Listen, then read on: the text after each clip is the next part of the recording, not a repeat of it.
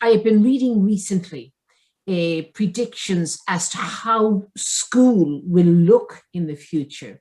And the World Economic Forum were citing different suggestions from the OECD, etc., and that will school no longer just be a place where we learn anywhere, anytime, on the move.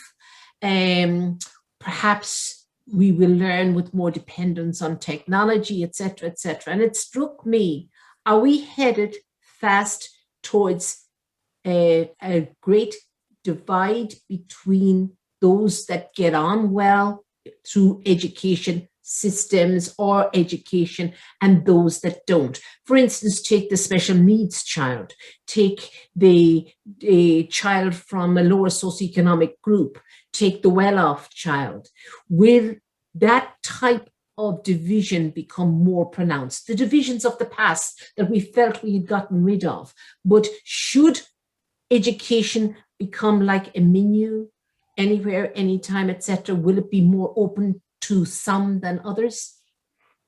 I think that's already happened. You know, there is certain levels of education, you know, that people can pay for. I've got some of my team, you know, that the very, very high level educationists, they're accelerated learning program providers, and they charge a high amount hourly sessions, but they're very good at what they do. So unfortunately, yes, that you're right.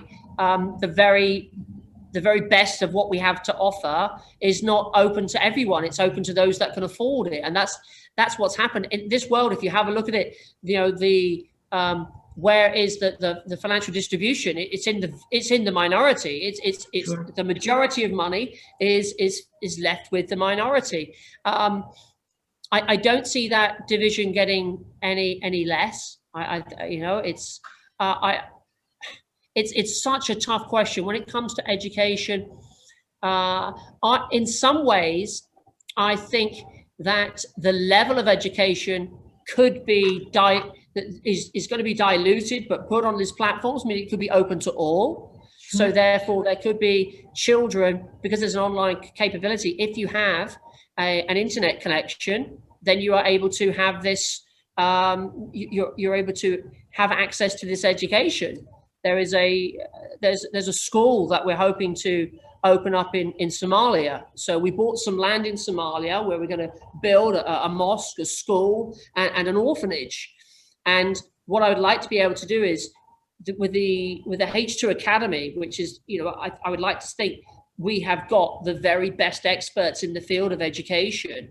And instead of having a school and making it online, which I think is ridiculous, you can't take 6 hours of schooling and say, we're going to have 6 hours of looking at a screen. It doesn't work. So you've got to take education and say, well, how much screen time can we have and still meet those needs? So, you know, we've created this academy, but I look at it from, you know, from a standpoint from economics. Yes, we get paid very well to deliver our particular product, but what we can do, because we get paid well, we can now offer that product to someone who just has internet.